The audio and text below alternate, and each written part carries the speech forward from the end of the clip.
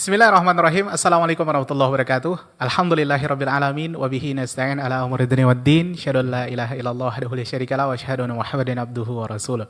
Ikhwatal Islam, para pendengar rahimani wa rahimakumullah, alhamdulillah kita bersyukur dengan kemudahan dan nikmat yang diberikan Allah Subhanahu wa taala hingga di kesempatan hari ini kita masih dapat hadir menghadirkan program-program acara kita di edisi hari ini Sabtu tanggal 12 Rabiul Akhir 1447 Hijriah bertepatan pada tanggal 4 Oktober 2025. Semoga kebersamaan kita diberkahi Allah Subhanahu wa taala dan mudah-mudahan menjadikan ilmu yang kita pelajari nantinya bermanfaat untuk dunia dan akhirat kita. Amin ya rabbal alamin. Salat beriringkan salam buat baginda tercinta Rasul kita yang mulia sallallahu alaihi wasallam. Allahumma shalli ala Muhammad wa ala ali Muhammad, dan tak lupa kepada keluarga beliau, sahabat beliau, dan orang-orang yang mengikuti sunnah-sunnah beliau hingga yaumul qiyamah. Ikhwatal Islam, kita siang ini telah terkoneksi bersama Ustadz untuk mengikuti kajian tematik bersama guru kita Ustadz Dr. Ariful Bahri MA Hafidhullah Ta'ala, langsung dari Kalimantan Ustadz dari kota Madinah, Saudi Arabia. Sebelum kita mulai, kita sapa Ustadz terlebih dahulu. Assalamualaikum warahmatullahi wabarakatuh Ustadz.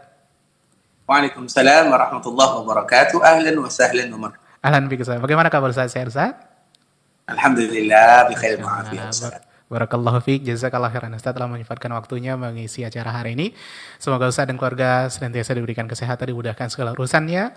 Amin ya rabbal alamin. Ikhwatal Islam, untuk tema hari ini Ustaz akan membahas seputar hutang. Dan setelah pembahasan nanti mungkin tidak ada tanya jawab. Mungkin untuk pertemuan kali ini kita hanya fokus di pembahasan materi yang akan disampaikan oleh Ustaz. Langsung saja kita persilakan. Falyatafadhal mashkuran ma'jura. Nah Ustaz. Bismillahirrahmanirrahim. Assalamualaikum warahmatullahi wabarakatuh. Alhamdulillahi rabbil alamin. Wassalatu wassalamu ala asyrafil anbiya'i wal mursalin wa ala alihi wa ashabihi wa man tabi'ahum bi ihsanin ila yaumiddin, amma ba'd. Alhamdulillah, kita selalu bersyukur kepada Allah Subhanahu wa taala terhadap segala keadaan yang ditakdirkan oleh Allah Subhanahu wa taala kepada hambanya. Karena memang seorang mukmin, mereka tidak terlepas daripada tiga perkara. Apabila mereka diberikan nikmat, mereka bersyukur. Apabila diberikan ujian, mereka bersabar. Apabila mereka melakukan kesalahan, maka mereka pun beristighfar. Itulah seorang mukmin. Dan keadaan seorang mukmin dalam kehidupan dunia tentunya kadang-kadang berubah. Tidak ada yang namanya abadi, tetap untuk selama-lamanya. Kadang Allah Subhanahu wa taala berikan kepada mereka nikmat. Kadang Allah Subhanahu wa taala berikan kepada mereka ujian. Bahkan Nabi sallallahu alaihi wasallam dan para sahabat ketika mereka agak sedikit diberikan ujian dikala terjadi perang Uhud, maka Allah Subhanahu wa taala menurunkan ayat yang memberikan motivasi semangat kepada para sahabat tersebut. Apa kata Allah Subhanahu wa taala? Wa tilkal ayyamu nudawiluha bainan nas. Hari itu kami putar antara manusia. Kemarin Allah berikan kemenangan kepada kalian. Hari ini Allah Subhanahu wa taala berikan ujian kepada kalian. Begitu juga dengan manusia yang lainnya, siapapun yang beriman kepada Allah Subhanahu wa taala dan semua manusia, kadang Allah berikan kelebihan, kadang Allah berikan ujian, dan itu merupakan di antara keindahan daripada kehidupan dan hadiah daripada Ar-Rahman, sehingga mereka yang diberikan ujian, mereka merasakan bagaimana nikmat yang diberikan oleh Allah Subhanahu wa taala. Dan bagi mereka yang diberikan kenikmatan, bisa mereka merasakan bagaimana bersyukur yang sesungguhnya sebelum nikmat itu diambil oleh Allah Subhanahu wa taala. Dan di antara salah satunya adalah masalah muamalah. Masalah muamalah di antaranya adalah masalah pinjam meminjam atau hutang piutang. Itu merupakan di antara perkara yang tidak bisa dielakkan dari kehidupan. Kadang kita yang berhutang, kadang kita yang memberikan piutang. Itu harus kita ingat. Sehingga motivasi ikhwatul Islam, orang yang berhutang tidak salah. Orang yang memberikan piutang banyak pahala. Orang yang berhutang tentu mereka merupakan melakukan sesuatu yang paling indah. Bahkan Nabi sallallahu alaihi wasallam sebelum dia meninggal pernah menggadaikan baju besinya. Maknanya ikhwatul Islam, ketika Nabi sallallahu alaihi wasallam menggadaikan baju besinya, artinya Nabi sallallahu alaihi wasallam berhutang. Nabi sallallahu alaihi wasallam berhutang kepada seorang Yahudi, dan itu perkara biasa. Begitu juga dengan orang yang memberikan piutang. Bahkan di dalam riwayat yang lain atau dalam sebuah hadis Nabi sallallahu alaihi wasallam disebutkan, orang yang memberikan sedekah diberikan pahala oleh Allah Azza wa Jalla sesuai dengan sedekahnya. Dan orang yang memberikan piutang kepada saudaranya, maka pahalanya lebih daripada sedekah 18 kali lipat. Allahu Akbar. Mengapa demikian? Karena orang yang bersedekah, misalnya kita punya uang 1 juta, kemudian kita memberikan sedekah 1 juta. Seorang yang bersedekah, selesai. Tidak ada urusan yang lain. Tapi kalau ada saudara yang pinjam uang 1 juta, maka dia akan risau, gundah gelana, risah. Kenapa demikian? Kapan dia akan kembalikan uangnya? Apakah dia jujur atau tidak? Apakah ini dan itu? Tidak ada satupun yang bisa memastikan kalau dia akan mengembalikan uang tersebut. Maknanya ikhwatul Islam, orang yang berhutang tidak salah, dan orang yang memberikan piutang itu adalah bagian daripada ibadah yang luar biasa. Oleh karenanya ikhwatul Islam, tidak ada yang salah antara yang berhutang dengan yang berpiutang. Tapi yang terpenting adalah bagaimana amanah dan wafa antara seorang muslim dengan muslim yang lainnya. Terkhusus bagi mereka yang memiliki hutang, ketika saudara kita telah melakukan kebaikan, memberikan pinjaman, maka jadilah orang yang wafi. Wafi itu artinya adalah orang yang menunaikan amanah dan janjinya. Kalau sekiranya mereka dituntut bayar pada bulan ini, pada tanggal ini, pada tahun ini, maka lakukanlah agar orang tidak hilang kepercayaan kepada kita yang memberikan piutang. Karena itu merupakan bagian daripada muamalah, dan itu merupakan di antara bentuk jati diri seorang muslim. Bermuamalah dengan uang. Kalau kita ingin tahu siapa seorang muslim, maka bermuamalah dengan uang tersebut. Itu merupakan di antara tanda kita mengetahui siapa orang ini. Kemudian di kota Islam kita juga belajar dari generasi-generasi terdahulu. Banyak di antara mereka yang berhutang. Bahkan banyak juga di antara mereka yang tak sanggup bayar hutangnya. Tapi yang akan kita jelaskan pada kesempatan kali ini, bagaimana solusi yang diajarkan atau yang dilakukan sehingga dengannya Allah Subhanahu wa taala memberikan kemudahan kepada mereka untuk menyelesaikan semuanya. Karena tidak ada di antara kita yang ingin wafat dan mereka masih memiliki hutang. Orang yang wafat dan masih punya hutang dan tidak ada yang bertanggung jawab, maka itu berbahaya. Walau dia berjihad di jalan Allah Azza wa Jalla. Saking beratnya masalah piutang atau hutang. Bahkan Nabi SAW tidak mau mensalatkan orang yang berhutang untuk memberikan motivasi sekaligus kecaman dan ancaman bagi mereka yang lalai, bagi mereka yang tidak tahu amanah, dan bagi mereka yang tidak wafa terhadap orang-orang yang telah melakukan kebaikan kepada dirinya. Salah satunya ikhwati Islam, kita akan memberikan gambaran contoh, beberapa contoh yang bisa kita ambil, yang bisa kita terapkan dalam kehidupan. Salah seorang sahabat yang bernama Zubair bin Awam radhiyallahu taala anhu. Dia merupakan seorang sahabat yang mulia. Dijamin masuk surga. Menantunya Abu Bakar As-Siddiq radhiyallahu taala anhu. Artinya, dia adalah menantu Abu Bakar As-Siddiq sebagaimana Nabi SAW juga menantu Abu Bakar As-Siddiq radhiyallahu taala anhu. Kemudian Zubair ini termasuk di antara orang yang punya banyak hutang. Kemudian ketika dia meninggal, dia panggil semua anaknya. Dia menyebutkan, wahai anak-anakku, ketahuilah ayah kalian keadaannya seperti ini, hutangnya banyak, dan aku wasiatkan kepada kalian untuk berupaya melunaskan hutang-hutang kalian atau hutang-hutang ayah kalian. Kemudian kalau sekiranya kalian tidak sanggup, maka berdoalah kepada Allah Subhanahu wa taala, semoga Allah Subhanahu wa taala memberikan kemudahan untuk menyelesaikannya. Karena memang Allah Subhanahu wa taala pernah menyebutkan, barang siapa yang berhutang dan berjanji, berniat untuk melunasinya, Allah akan bantu. Itu merupakan di antara janji Allah Azza wa Jalla. Kemudian Zubair ini kembali mengatakan kepada anak-anaknya, kalau kalian seandainya kalian tidak sanggup, maka ucapkanlah, Allahumma Rabba Zubair, iqdi dayna Zubair.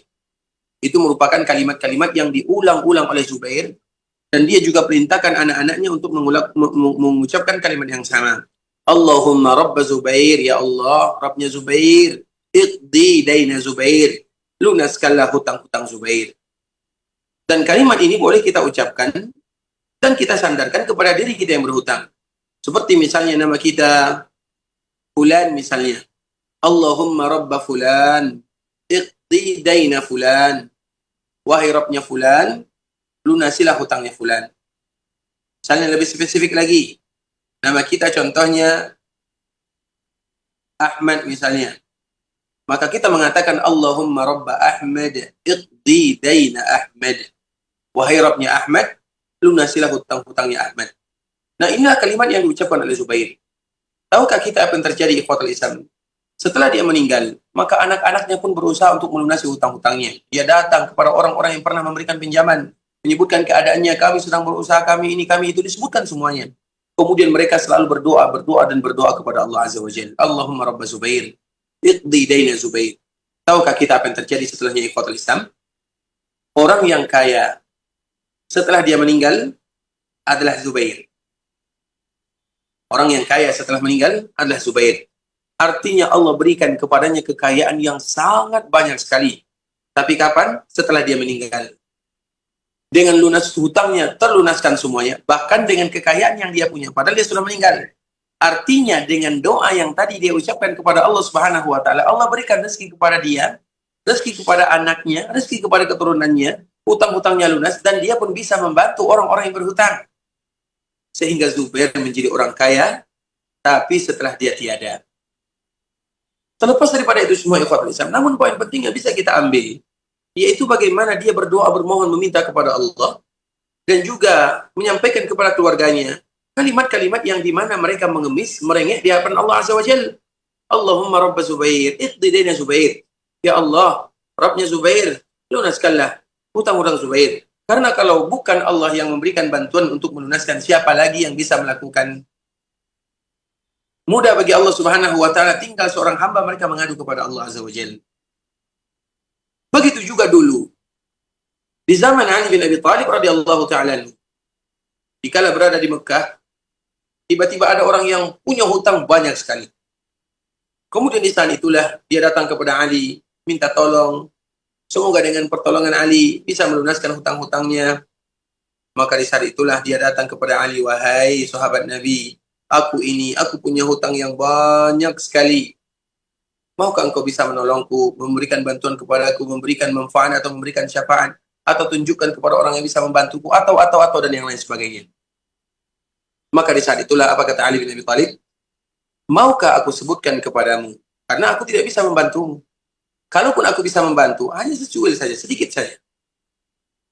Maukah aku menyebutkan kepadamu apa yang dulu diajarkan oleh Nabi SAW bagi kami yang berhutang? Ali bin Abi Thalib juga demikian. Rata-rata para sahabat itu punya hutang. Masalahnya bukan masalah hutangnya, tapi masalahnya bagaimana membayar hutangnya, dan bagaimana cara melunasi hutangnya, dan bagaimana cara mereka mengadukan diri kepada Allah Subhanahu wa Ta'ala. Itu yang harus kita ambil pelajaran darinya.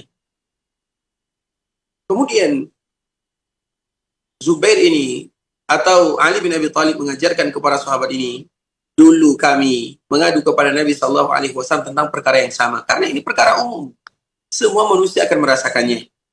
Maka Nabi mengatakan, ucapkanlah kalimat ini.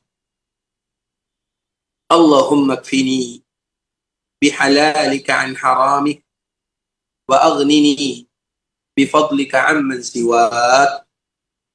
Allahumma kfini, ya Allah cukupkan aku, berikan kelimpahan rezeki kepada diriku, bihalalika an haramik, berikan kepadaku yang halal, jauhkan dariku yang haram.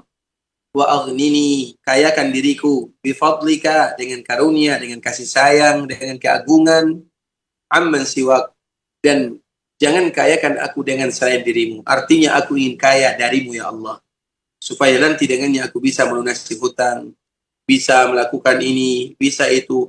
Itulah doa yang diajarkan oleh Nabi SAW kepada Ali bin Abi Thalib radhiyallahu ta'ala anhu, dan itu pula doa yang disebutkan oleh Ali bin Abi Thalib kepada sahabat yang tadi meminta bantuan kepada dirinya.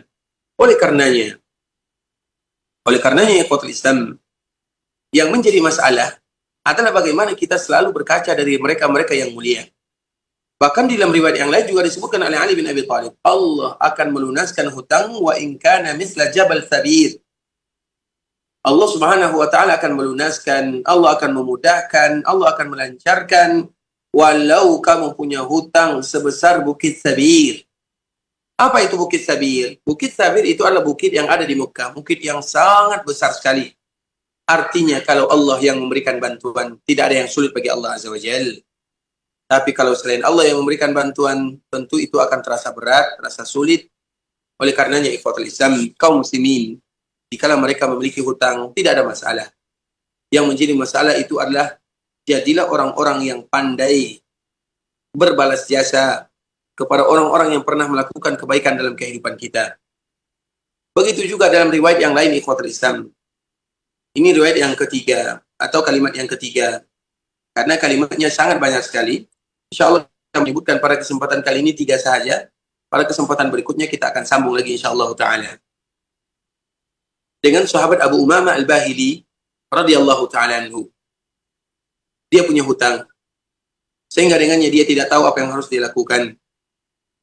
Dia duduk termenung di rumah Allah Azza wa Jal, di dalam Masjid Nabawi. Sampai suatu ketika Nabi SAW melihat dirinya. Kemudian Nabi bertanya, "Wahai Abu Umamah, mali araka jalisa?" Aku melihatmu duduk, yang mana waktu ini bukan waktu salat. Artinya dia duduk mengadu di masjid. Ini merupakan juga di antara solusi bagi mereka yang punya hutang, mengadulah kepada Allah. Dan tempat mengadu kepada Allah di rumah Allah Subhanahu wa taala. Bukan di tempat yang lainnya. Bukan di kedai kopi, bukan di tempat nongkrong, bukan di pemancingan, tapi di rumah Allah Azza wa Jalla, di dalam masjid, surau, musalla, dan tempat yang dilakukan ibadah di dalamnya. Kemudian Nabi Shallallahu Alaihi Wasallam bertanya, kenapa engkau duduk di sini wahai Abu Umamah? Apa jawaban Abu Umamah? Duyunun, wakabatni, wahumun, walabatni. Hutang yang melilit banyak sekali ya Rasulullah, kegelisahan yang tidak pernah selesai. Karena memang orang yang berhutang, mereka akan merasa terhina di siang hari dan merasa susah di malam hari. Di malam hari sulit untuk tidur, hutang, bagaimana cara bayarnya, bagaimana nanti kalau saya bersua, bagaimana kalau nanti ditagih, bagaimana kalau ini, bagaimana kalau itu. Makanya dianjurkan, hukum asalnya dianjurkan tidak berhutang bagi kita yang masih sanggup. Dan kita perhatikan kaum muslimin ikhwatul Islam, banyak di antara mereka yang berhutang dan mereka sanggup. Maka jangan buka pintu hutang dalam kehidupan kalau sekiranya Allah berikan kemudahan. Iya, orang dulu mereka berhutang karena keperluan, kebutuhan.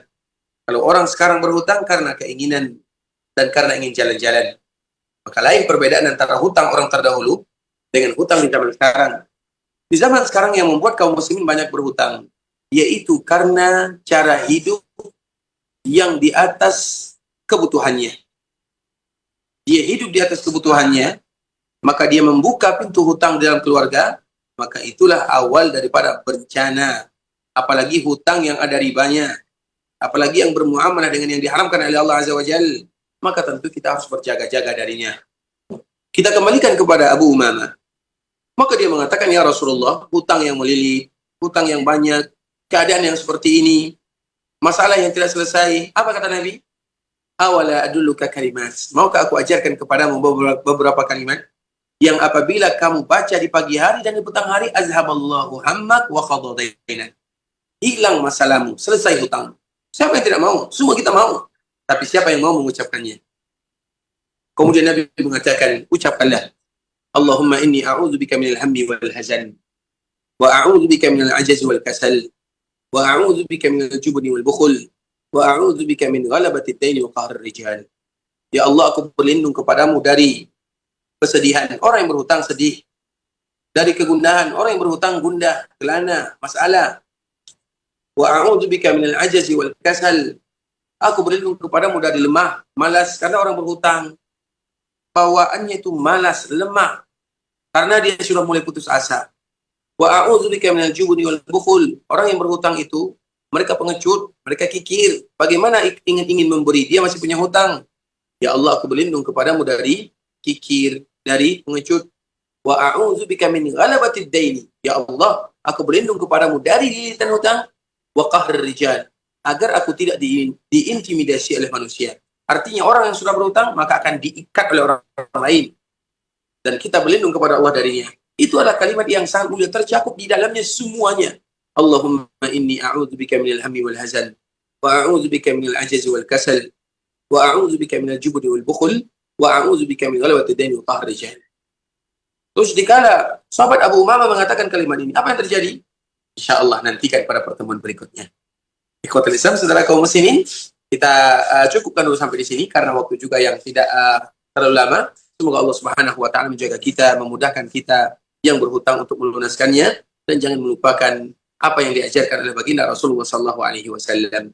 Barakallahu fikum wa jazakumullahu khaira. Yang benar dari Allah, yang salah dari diri kami pribadi karena kurangnya ilmu kami, karena kebodohan, karena kejahilan. Wallahu taala alam. Subhanakallahumma bihamdika asyhadu an la ilaha illa anta astaghfiruka wa atubu ilaik. Wa sallallahu wa sallam ala nabiyyina Muhammad wa ala alihi wa sahbihi wa sallam tasliman katsira. Assalamualaikum warahmatullahi wabarakatuh. Waalaikumsalam warahmatullahi wabarakatuh. Barakallahu fiik, jazakallah khairan. Kami kembali ucapkan kepada guru kita Ustaz Dr. Ariful Bari MA Hafidhullah Ta'ala. Seputar hutang telah kita dengarkan bersama Ikhwatal Islam. Kita akan kembali di pertemuan selanjutnya dengan lanjutan pembahasan ini. InsyaAllah Ta'ala semoga Allah mudahkan senantiasa kita mendengarkan kembali kajian-kajian berikutnya bersama guru kita. Baik Ikhwatal Islam rahimakumullah yang dirahmati Allah Subhanahu Wa Ta'ala. Barakallahu fikum wa jazakumullah khairan atas kebersamaannya. Assalamualaikum warahmatullahi wabarakatuh.